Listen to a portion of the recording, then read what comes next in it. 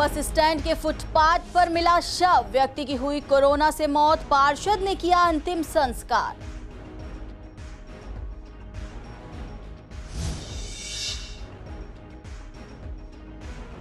महापौर ने मुख्यमंत्री को लिखा पत्र, टीकाकरण के लिए मांगी अनुमति। 18 से 45 वर्ष के नागरिकों के लिए टीकाकरण के लिए मांगी अनुमति। सब्जी मंडी पर भी पड़ रहा है कोरोना का असर। मंडी में ग्राहकों की देखी जा रही है कमी, खराब हो रही हैं सब्जियां, नियमों का उल्लंघन करने वालों पर सख्ती।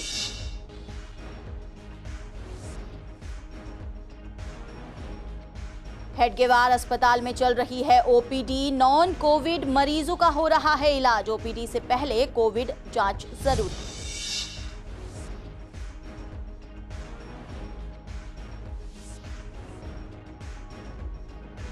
युवाओं को लग रहा है कोरोना से डर, टीकाकरण कराने पहुंचे युवा, सेंटर की व्यवस्था से संतुष्ट दिखे लोग।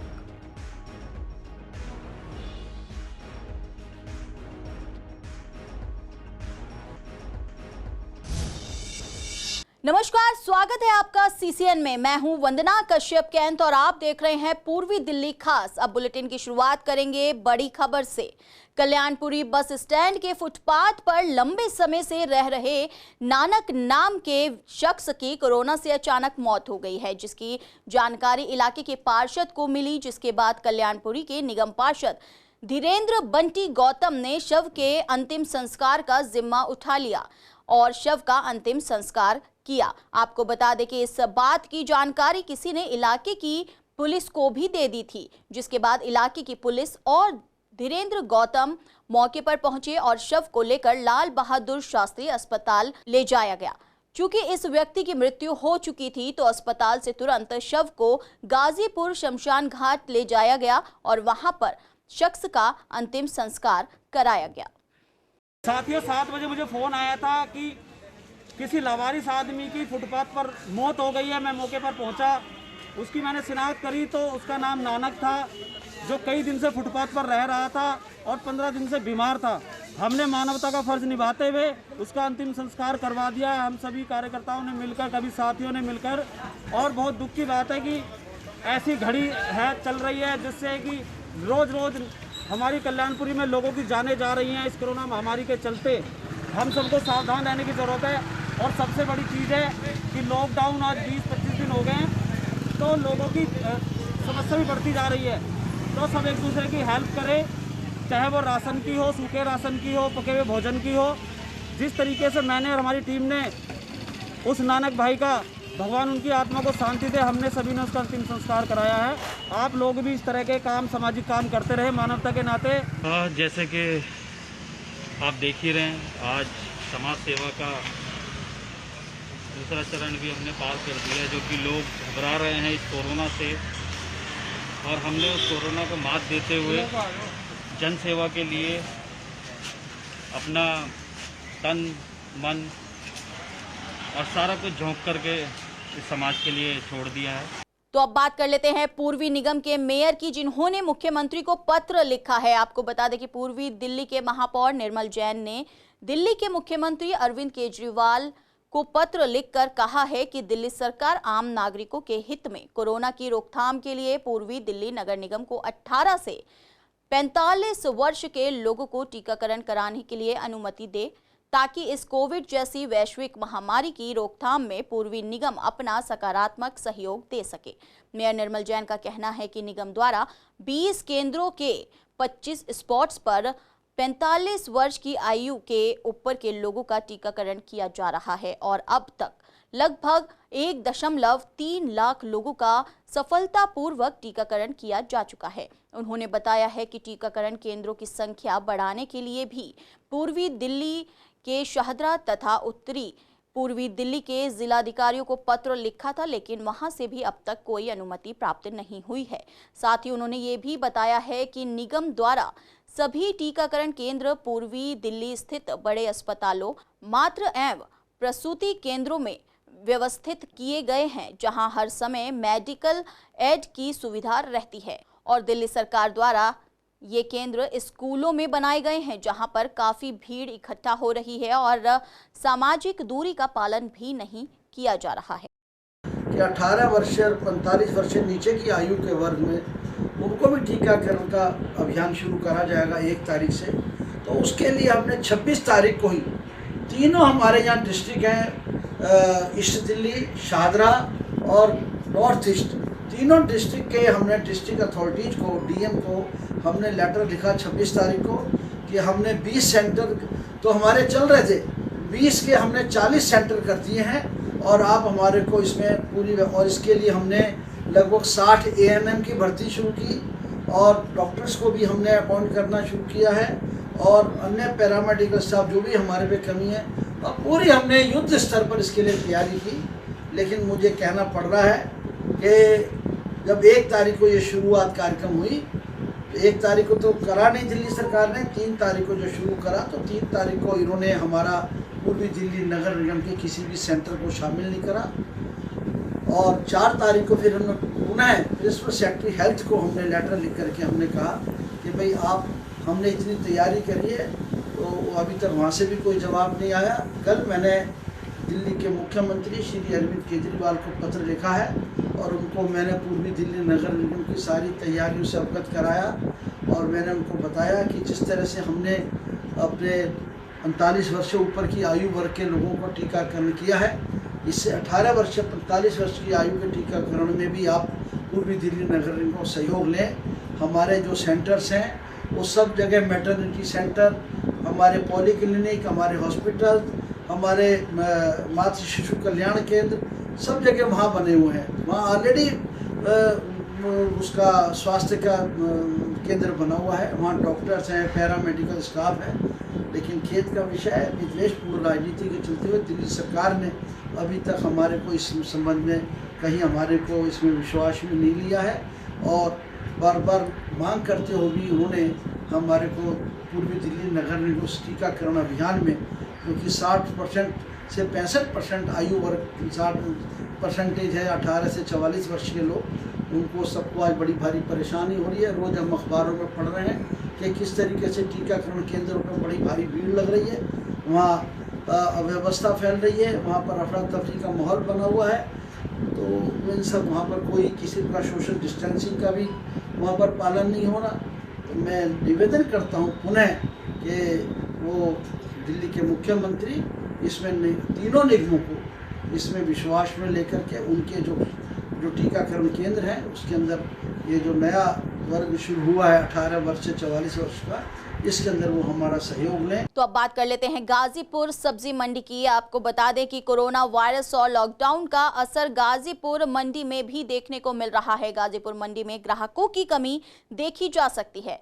अब से पहले तो मंडी में काफी ग्राहक सब्जियां लेने आया करते थे, पर अब नाम मात्र के लिए ही ग्राहक मंडी में सब्जियां लेने पहुंचे हैं। वहीं व्यापारियों का कहना है कि लॉकडाउन के चलते गाजीपुर मंडी रविवार को बंद रखी जाएगी। इसके साथ ही मंडी में ग्राहकों के कम आने से और सब्जी ज्यादा ना बिकने के कारण मंडी में सब्जियां खराब होती जा रही हैं, जिसके चलते सब्जियों के दाम में भी गिरावट आ रही है। बता दें कि एहतियात के तौर पर मंडी में मास्क और सोशल डिस्टेंसिंग अनिवार्य है। अगर बिना मास्क के कोई भी व्यक्ति मंडी में आता है तो उसका चालान भी काटा जा रहा है। मंडी में सिविल डिफेंस के वॉलंटियर्स की भी तैनाती की गई है, जो सोशल डिस्टेंसिंग का पालन करवा रहे हैं। इतना ही नहीं, जो भी व्यक्ति नियमों का पालन नहीं करता उससे चालान व पेनल्टी भी ली जा रही है। देखिए, थोड़ी बहुत तो भीड़ होती है, ये नहीं कह सकते बिल्कुल भीड़ नहीं होती है। थोड़ी बहुत भीड़ होती है, वही आधे एक घंटे के लिए थोड़ा बहुत रश होता है सुबह के टाइम में। उसके बाद मंडी खाली होती है। माल तो बहुत आ रहा है मगर गाहक नहीं है। जितना पहले गाहक होता उतना गाहक नहीं है मंडी में, और हर एक आइटम बच रही है। सब्जियाँ रोज फेंकनी पड़ रही हैं इस टाइम। सब्जी लेने वाला कोई नहीं, सब्जियाँ रोज बिकती हैं। आप जाइए गलियों में तो इस टाइम सब्जियाँ बिक रही होंगी, क्योंकि जो सब्जी सुबह सुबह बिक जाएगी, नहीं तो शाम तक ख़राब हो जाती है सब्जियाँ सारी। जो आलू प्याज वगैरह है वो तो चलो 1-2 दिन रुक जाते हैं, मगर सब्जियां नहीं रुक रही है, ना टमाटर रुक रहा है इस टाइम।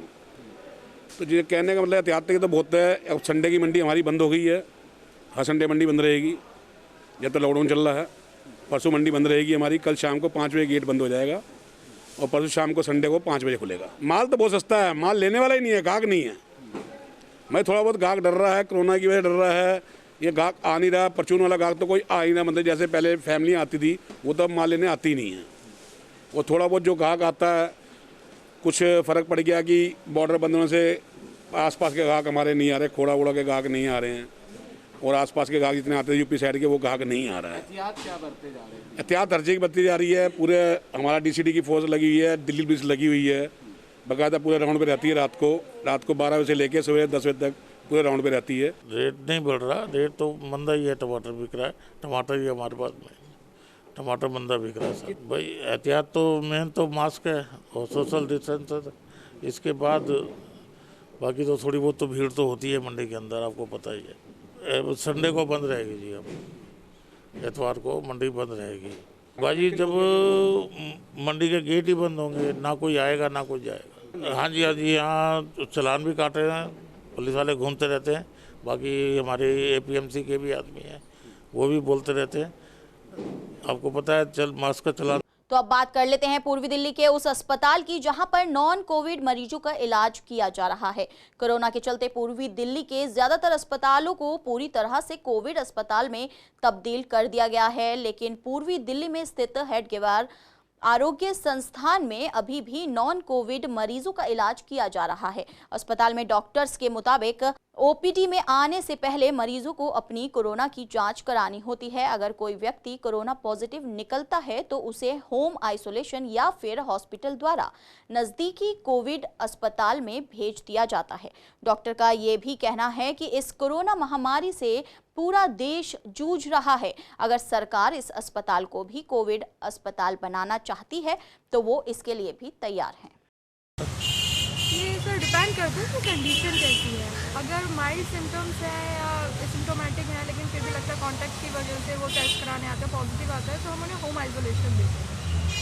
उसके बाद उनसे कॉन्टैक्ट में रहता है, जैसे भी गवर्नमेंट के थ्रू या जैसे भी डॉक्टर्स का कॉन्टैक्ट रहता है कि अगर उन्हें कुछ मॉडरेट या सीवियर सिम्टम्स आते हैं तो फिर उन्हें एडमिशन की नीड होती है, तो हम एडमिशन के लिए भी उन्हें, अगर सीवियर पेशेंट है वो पॉजिटिव आता है तो फिर हम उन्हें कोविड हॉस्पिटल एडमिशन के लिए यहाँ से एम्बुलेंस जाती है, उन्हें एडमिट कराया जाता है। प्रॉब्लम ये है कि यहाँ आप देख ही रहे हैं, यहाँ भीड़ बहुत ज़्यादा है, क्राउड बहुत ज़्यादा है और पेशेंस लेवल लोगों में कम है। तो जिस वजह से ज़रा सा भी किसी को भी लेट होता है तो लोग अपना पेशेंस बिल्कुल छोड़ देते हैं एंड दे आर लाइक कि हम इतनी देर से वेट कर रहे हैं, हमारा काम क्यों नहीं हुआ है, हम इतना वेट क्यों करें, हमारा काम पहले होना चाहिए। तो उनमें पेशेंस लेवल काफ़ी कम है, जिसकी वजह से ऐसी लड़ाइयाँ हुआ करती हैं यहाँ ज़्यादातर। नहीं, एक्चुअली जो हमारा हॉस्पिटल है ना वो नॉन कोविड हॉस्पिटल है, तो हम यहाँ से जो कोविड हॉस्पिटल है उसके लिए उसको रेफ़र करते हैं। जो भी पॉसिबिलिटी होती है, अगर सिक है तो उसको एम्बुलेंस के थ्रू भेजते हैं या प्रॉपर चैनल के थ्रू, जैसे भी हो सकता है उसको उसके थ्रू भेजते हैं। दिल्ली गवर्नमेंट की तरफ से होती है, मैं खुद उस टीम का हिस्सा हूँ। टीम में हूँ, ऐप है उसका बकायदा, तो उसमें हमारे पास इन्फॉर्मेशन आती रहती है कि ये पेशेंट है, ये जो पॉजिटिव पेशेंट की लिस्ट आती है उस पर, तो हम उन लोगों से कांटेक्ट करते हैं। फीवर 100 से कम डिग्री है, रेस्पिरेटरी रेट 20 से कम है सर उनका, तो उनको टैबलेट यहाँ पे हमने चार्ट बना रखे हैं, सब जगह टैबलेट चिपका रखे हैं हॉस्पिटल में कि वो दवाई 5 दिन का कोर्स है, आपको खाना है। अगर कुछ भी होता है, सैचुरेशन से डाउन होता है, 90 से कम होता है या 94 से कम होता है किसी का, तो उनको रैपिड सेंटर, वो कोरोना सेंटर बना रखे हैं उनके, तो उनको उस जगह भेजते हैं। तो एक्चुअली यहाँ पे टेस्टिंग सेंटर जो है 4 बजे तक का है और लाइन बहुत लंबी होती है सर।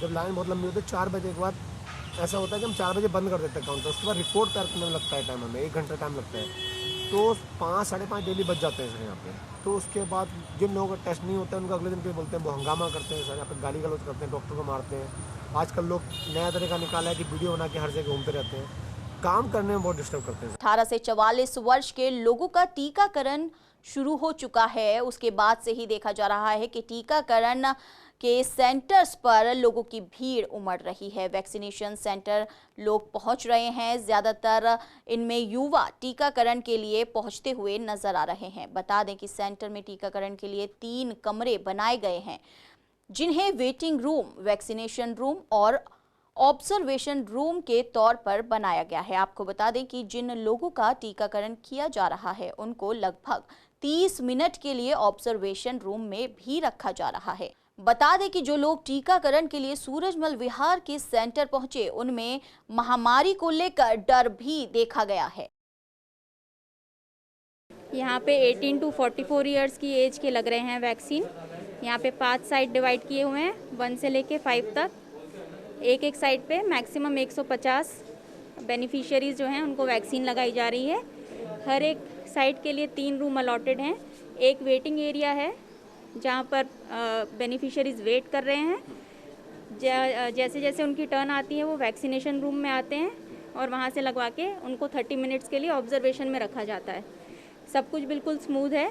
अलग से वेटिंग रूम इसलिए बनाया गया है जैसे कि बाहर गर्मी में वो फेंट ना हो। कोई भी साइड इफ़ेक्ट होता है तो हमें मिनिमम 30 मिनट्स के लिए ऑब्जर्व करना पड़ता है, इसलिए हम रखते हैं। वैसे तो गर्मी है तो लोगों को ज़्यादातर गर्मी की वजह से ही थोड़ा सा नौजिया, वॉमिटिंग ये सब देखने को मिल रहा है। अदरवाइज़ कोई साइड इफ़ेक्ट देखने को नहीं मिल रहा। यहाँ पर अभी 5 से 6 दिन हो गए हैं वैक्सीन लगते हुए, और सुबह 9 बजे से शाम को 5 बजे तक वैक्सीन लगती है।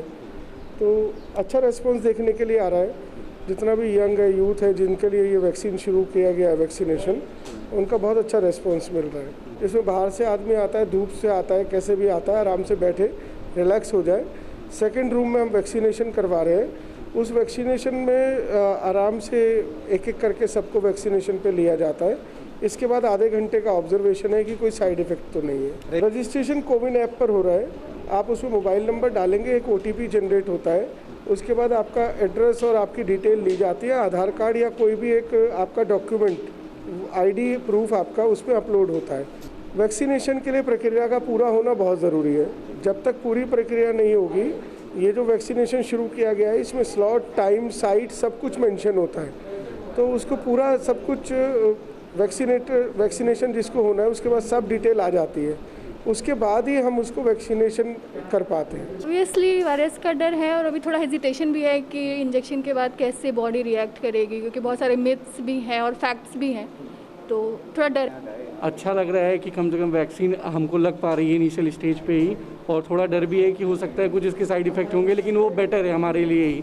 वैक्सीनेशन ज़रूरी है। आधार कार्ड या पैन कार्ड, कोई भी ID प्रूफ एक रजिस्ट्रेशन नंबर के लिए यूज़ होगा। अलग अलग पहले वेटिंग रूम, फिर वैक्सीनेशन साइट, फिर ऑब्जर्वेशन, 3 इस तरह से व्यवस्था है। ये हमने स्कूल की तरफ से तीनों किए हुए हैं।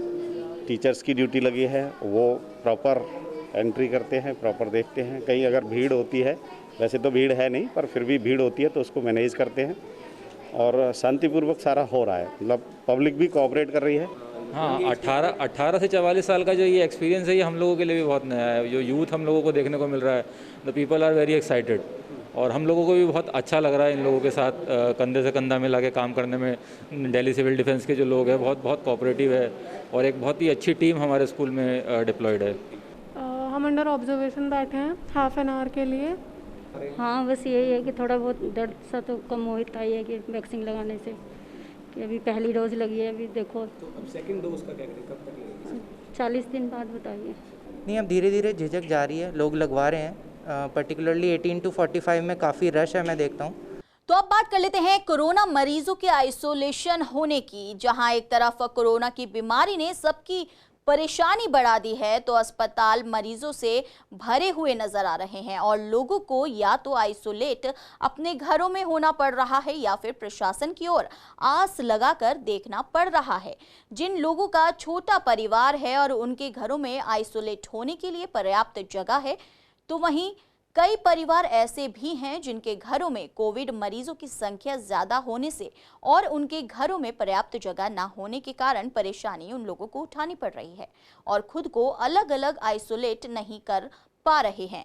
ऐसी पीड़ा देखकर अब जगह जगह कोविड मरीजों के लिए आइसोलेशन सेंटर खोले जा रहे हैं। इस ही कड़ी में पूर्वी दिल्ली स्थित शंकर नगर में बने डॉक्टर हेडगेवार सभागार RA गीता स्कूल में भी 7 मई 2021 को कोविड रिस्पांस टीम द्वारा सह प्रांत प्रचारक श्री किशन जी व उत्तम जी, विभाग कार्यवाहक श्रीमान सतीश जी के द्वारा क्षेत्र की जनता की सेवा के लिए आइसोलेशन सेंटर बनाया गया है। इस दौरान इलाके की पार्षद भी यहां मौजूद रहीं।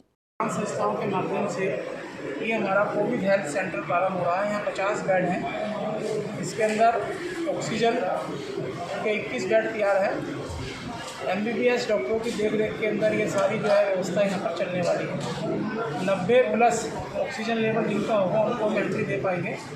और प्राथमिक उपचार केंद्र है ये कोविड का, पूर्णता नहीं है, इसलिए 80 के 60 से 80 से नीचे जाने पर उनको हॉस्पिटल में यहाँ से भेज दिया जाए। अनेकों सामाजिक संस्थाएं हैं, वो एकत्र होकर और इस महामारी की इस चुनौती का सामना करने के लिए सामने आएगा।